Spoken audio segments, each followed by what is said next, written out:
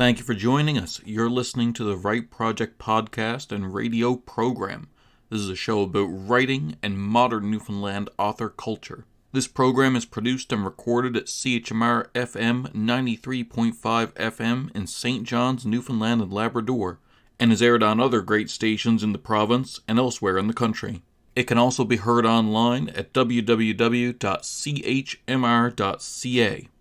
I'm your host, Matthew LeDrew, author of the Infinity series and founder of Engine Books. Let's see what we have today. Thank you for tuning in to the Write Project podcast. We have a special treat for you today. I know I say that every day is special, but this one really is.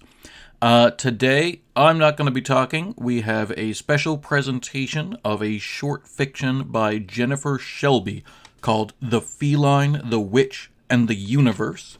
Jennifer Shelby is an Atlantic-Canadian author that will soon be featured in the upcoming YA series Slipstreamers. Let's hear it from Jennifer Shelby and her short story, The Feline, the Witch, and the Universe.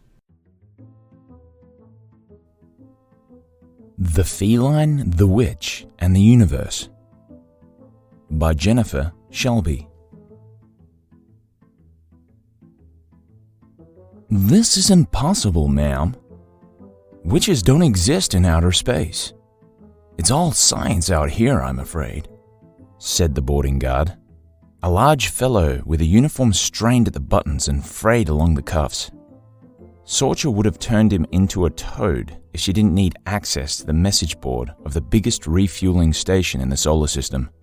The ads she'd placed in digital spaces had yielded nothing. Yes, well, thank you for advising me that I do not exist. I recognize that you will probably not be changing your worldview today, but if you would please post this flyer on your message board of a missing cat who is far too magical to leave at large in your scientific universe. What does this magical cat do? She once battered the moon's reflection out of a puddle and caused the great tidal apocalypse of Earth. The guard snorted. Impossible. I'm sure the citizens of Earth will be pleased to hear that. The flyer? Sir, please? Sorcha forced herself to smile, the sort of smile men expect when women ask them for a favor. He accepted the flyer she held out to him. Missing cat, it read. Below was the photo of a black cat with squinting amber eyes, his teeth bared mid-hiss. Answers to the name of Smudge. May display magical abilities. If found, please contact Sorcha the Sorceress, 5E567. If you're a witch, why can't you magic your cat back home? Sorcha resisted the urge to roll her eyes. He hadn't put the poster on the board yet. Because he's my familiar. It would be a betrayal of our sacred bond. The guard stared, his forehead scrunching into confused wrinkles. Sorcha sniffed. A witch's familiar is a partner in the magical arts. We cannot use our magic against each other one day and in unison the next. Not even if he's lost? The guard gestured to the endless twinkle of far-flung stars outside the hangar. She has to want to be found first, Sorcha grumbled. Her mood lifted as the guard unlocked the bulletin board and pinned Smudge's flyer in the center. Thank you, kind sir. Sorcha tucked the remaining flyers back into her bike satchel and tugged her black helmet over her dark, braided hair. She swung her leg over the seat of the old red Raleigh she'd lovingly restored years ago. A basket with a smudge-sized satin pillow hung from the handlebars. The Raleigh was the only thing she owned that wasn't black, which filled her with a strange pride. The bike's chrome glinted in the starlight, hinting at the hours she'd spent polishing it back to its original shine. Shame she'd never gotten a chance to ride much. Wait, said a human hybrid, refueling his Star Cruiser. You can't go out on that. You'll die of exposure. It's a magical bike, Sorcha told them with pride. I ensorcelled it with some of the best magic you'll find in these souls. She handed him a business card from her pocket and reached for another flyer. "I'm a witch."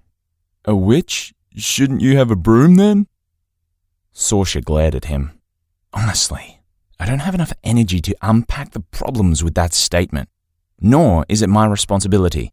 I recommend you go home, educate yourself, and please let me know if you happen across my missing cat." She pushed one of her flyers at him in disgust and pedaled through the force field into deep space. Where the necromancing nebulas was that cat? She steered her Raleigh round the rings of Saturn, one eye on the lightning bolts flashing on the stormy planet and the other watching for Smudge in the ring's debris. "Smudge!" she called out, her voice growing hoarse over time. "Here, Smudgy, Smudgy, Smudgy. Come on, Smudgebot 5000. Who's a smudge-tastic kitty?" The lightning grew more frantic as she cycled past Saturn's dragon storm. Saoirse read about the storm years ago when she was contemplating taking a cycling tour of these rings. The storm contained no actual dragons, which irked her. Names should mean something. Saoirse looked behind her. No one around. She conjured a smallish yellow dragon with a puff of smoke and sent it into the storm. It swirled with delight to be alive, ate a bolt of lightning, and dove deeper into the storm cell. Saoirse stifled a snort of laughter, pedaling off to resume her search for Smudge. There was no reason she couldn't have fun searching for her naughty friend. After a lengthy rest on an asteroid, Saoirse headed to a black hole on the edge of Andromeda. What better place for a black cat to hide than a black hole? Saoirse sighed. She was reaching, and she knew it, but she had to search somewhere. The black hole's time distortion proved hard on the Raleigh's gears, but the witch soon came up with a spell to counteract the distortion. She couldn't help but be pleased with herself on that one. The job she had done of late did little to challenge her skills. She hadn't realized how stagnant she'd gotten. Her delight reminded her why she got into the business of magic in the first place. A number of ships lay trapped in the black hole's event horizon, bored faces peering from the portholes and viewing decks. Saoirse slowed her pedaling and held up Smudge's flyer. The onlookers shook their heads. They hadn't seen her cat. She pasted the flyer to a few windows of the bigger ships just in case. She conjured a brush from the ether to apply glue as she peered through one of those windows. A small girl held up a picture of her own. A man, probably her father, smiled from the photograph. Necromancing nebulas. The kid's family wasn't trapped in the event horizon with her. Her parents would be ancient by the time the girl got back to them, and she'd only be a week older. Poor kid. Science wasn't going to be able to solve this problem. Saoirse pulled her agenda from the bike satchel. She'd need at least a week magicking everything to rights, so the girl would grow up with her family. She found a free week, later than she would have liked, but with the girl's temporal distortion, she wouldn't be waiting long. Saoirse penciled it in and held up the agenda for the girl to see. The girl knitted her brow and shrugged. She didn't understand, but it couldn't be helped. She'd find out soon enough, and in the meantime, Smudge was still missing. Saoirse pedaled into the gravity well, calling Smudge's name. She stopped once to bolster her force fields and fix a flat tire. The ride inside the black hole proved a wild race. Through an unexpected wormhole of twisting stars and whirling nebulas. Smudge, who didn't like fast rides, would not have enjoyed it. But she wasn't in her basket. Saoirse allowed herself to have fun, whooping through the twists and turns and unexpected drops that left her belly way up in her chest and gasping with glee. The wormhole deposited Saoirse and the Raleigh near the ruins of an old feline temple. Early space explorers had revered the many feline species found across the universe.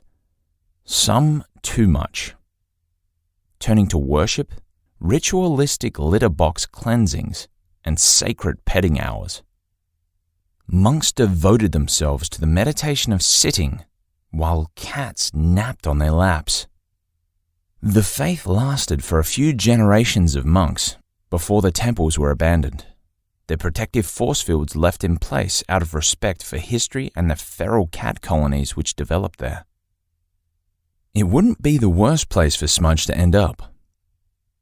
There were several animal welfare groups who made sure the feral colonies had food, fresh water, and an occasional mass neutering to keep the population in check. Saoirse pedaled around the wreck. Built like a stone cathedral, these temples were the closest thing to castles a witch could find in outer space.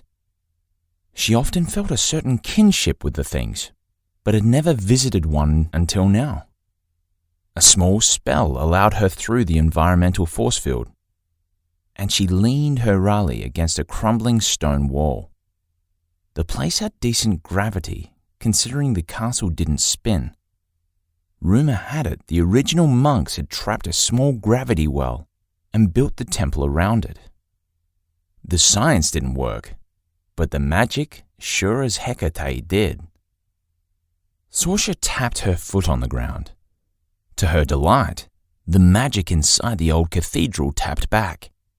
Whoever set up the original spell had an admirable longevity to their bewitchment. What was their secret? Saoirse made a mental note to look that up later. Since science became the dominant universe view, witches and magic were rarely recorded in history. Saoirse suspected there was more to these monks than mere feline worship. Too bad Smudge wasn't with her. The cat would love this place. She stepped around the broken masonry, collecting in the corridors. Smudge? Smudge-a-puss? Where are you? Her voice echoed off the stonework, and several cats peered over the tops of broken walls, their heads cocked to listen. A large serval plodded towards her, tail erect, body held in a straight, proud line. I'm looking for my missing cat, said Saoirse. The serval said nothing. Necromancing nebulas, Saoirse cursed. I suppose none of you speak people, do you? Twitching his whiskers, the serval sat on his haunches and tilted his head up to look down his nose at her. I grant you the speech of a familiar. Saoirse let the spell do its work before holding up a flyer. I'm looking for this cat. Have you seen her around the temple? The serval studied Smudge's picture. I have not. And while I know all the felines in my domain, you are welcome to search if it will ease your worry. Saoirse nodded and tucked the flyer away. If you were here, where would you go? In the temple, the highest wall, of course, peering down on everybody in the whole of the universe. The serval's eyes grew distant. I'd choose a throne made of dark matter and demand worship from the very stars. Forget my troubles. Have you many troubles? Asked Saoirse. There's no one to worship me here. The creature sniffed into the air.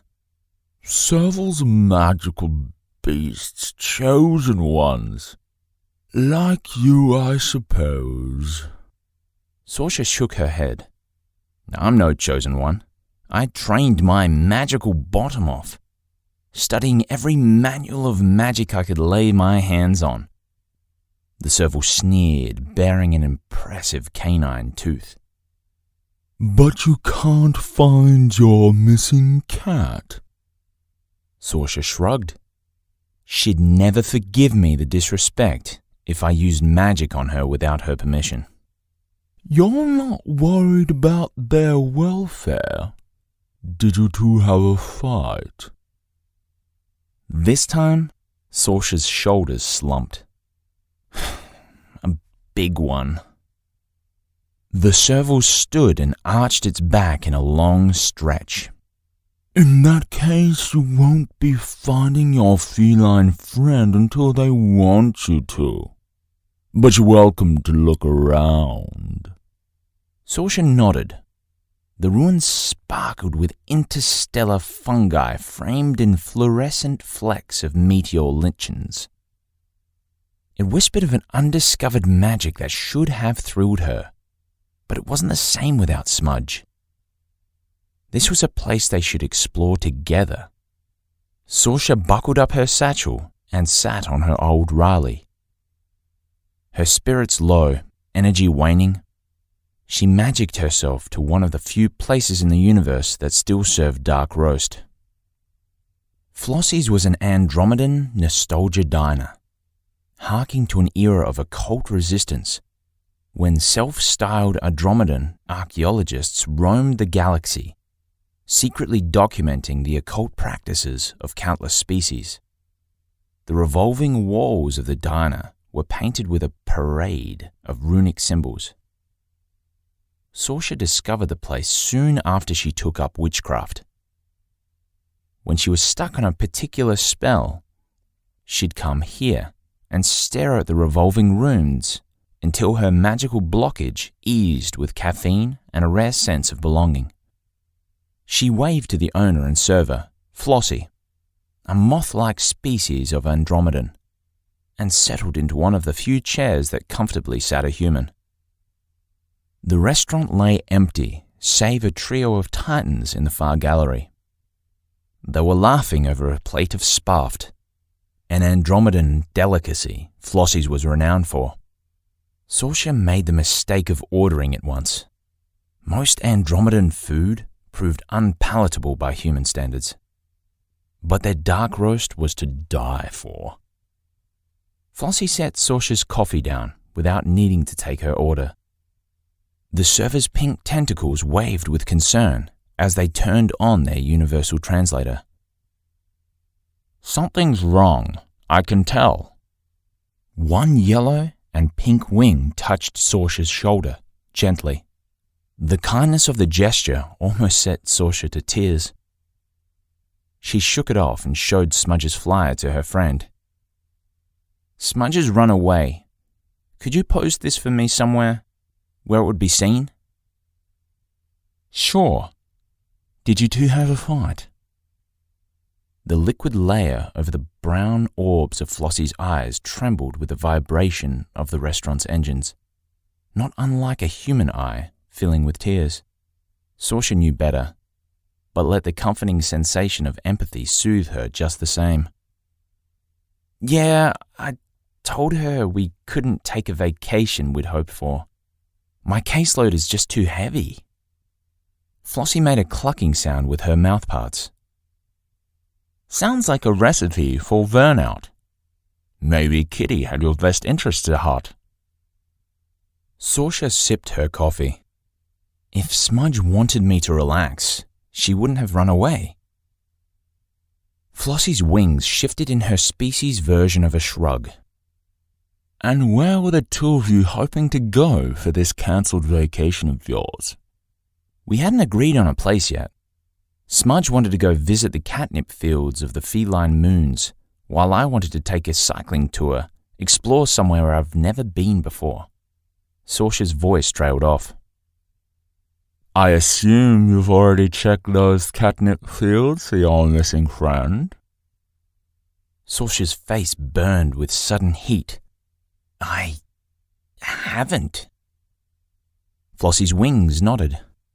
Tell you what, I'll put this copy on your tab. You go have yourself a look at those moons. Gulping down the last of her dark roast, Sorcia raced back to her bike. She cycled under a speed spell to the Feline moons and considered what she'd say if she found Smudge there. Should she be angry? Cats had little interest in human anger, but Sorcia just couldn't let this go. A familiar couldn't run out on their witch every time they didn't get their way. They were partners. Sure, maybe she had ignored Smudge's complaints of working too hard, but that didn't mean Saoirse considered herself in charge. There was a shortage of witches in the wider universe, an abundance of sentient creatures going into situations science couldn't rescue them from, and Saoirse didn't want them to suffer any longer than they had to. Still, she could have been a better witch to Smudge. The Feline moons loomed large on the horizon over Felania, a small dark planet known for the excellent naps one could have there. By contrast, its spinning moons were lush with greenery. It was the 13th moon Smudge wanted to visit. She always chose 13 given the chance. Saoirse coasted the Raleigh down, through the moon's atmosphere and landed gently on the surface. Once there, she shifted gears and cruised along an empty road through the catnip meadows, watching the green crops sway in the wind. Saoirse let it pull her into a deep state of meditative cycling. Maybe Smudge was right and the pair of them needed to take more breaks, more vacations. There must be some way to make that possible without leaving the clients twisting in the solar winds. Small hills rose and fell, enough to make the horizon interesting but not so high as to make cycling a struggle. Saoirse's feet pumped steady at the pedals. What if she altered the spell she used in the event horizon of the black hole she'd searched? Saoirse chewed on that for a bit, taking the mechanics of the spell apart and playing with the composition. If she tweaked this and swapped that, she could fold a temporal distortion of a few souls into an hour. Enough time to get away, recharge, and keep a better work-life balance for her and for Smudge. Imagine how many more clients they could take on if time wasn't a concern. No.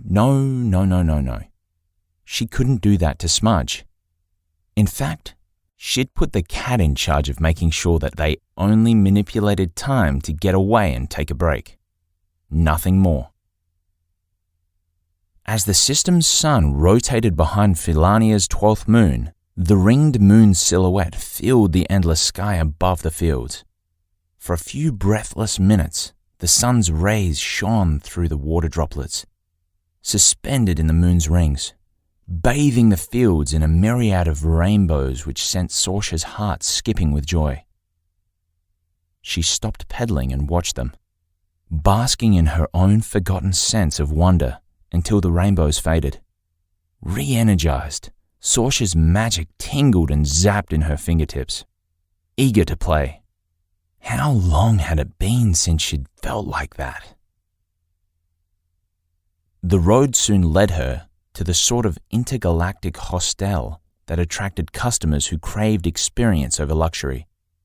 The employee, a local species of sentient automatrons, nodded when Saoirse showed them Smudge's flyer. Yeah, that cat's been around. Saw her heading into the catnip fields to catch the rainbows. She'll probably be back soon, if you want to wait. I will, said Saoirse. Back outside, she walked her Raleigh over to a bench in the shade of a blue-leafed tree to wait. As she sat down, she noticed a black cat curled in a small pool of sunlight, leaking through the tree's branches. Smudge! Small snores climbed through the air, a steady rhythm gaining traction over the wind. Saoirse stood in a beam of light, blocking it from the curled-up cat. Smudge opened a single eye, saw her there, and purred. "Do you have any idea how worried I was?" Saoirse asked, her hands to her hips. "Which, please?" Smudge got to her paws and stretched.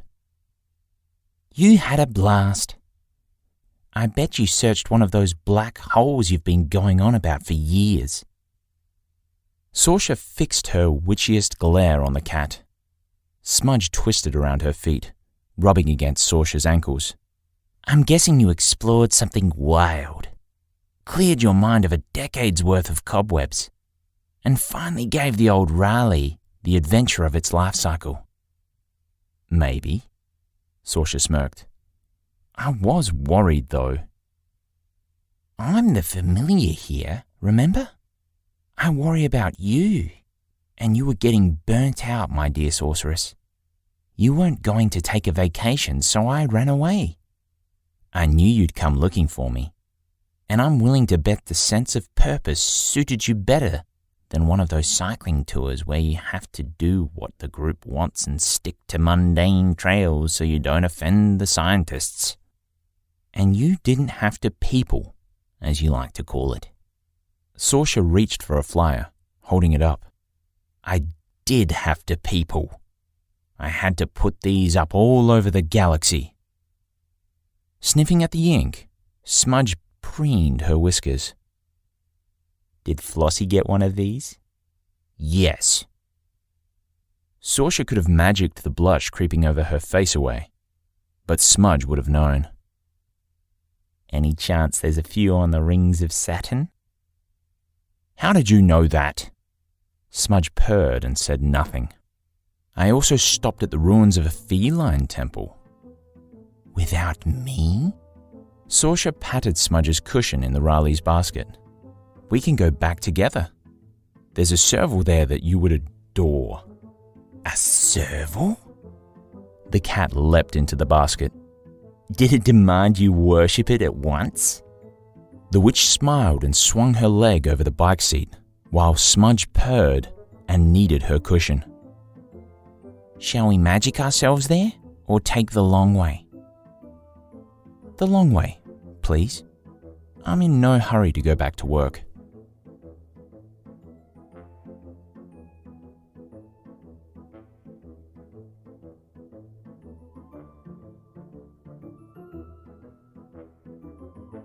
Jennifer Shelby hunts for stories in the beetled undergrowth of fairy-infested forests.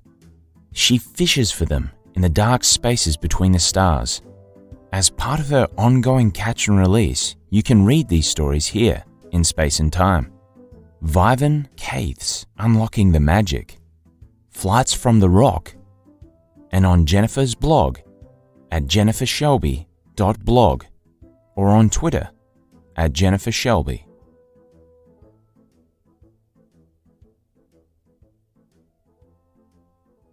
All right, well, thanks for coming on again. For all of you, we'll be here again next week at 4:30 Newfoundland time or online at chmr.ca. Please tune in and we'll talk more about writing culture in Newfoundland.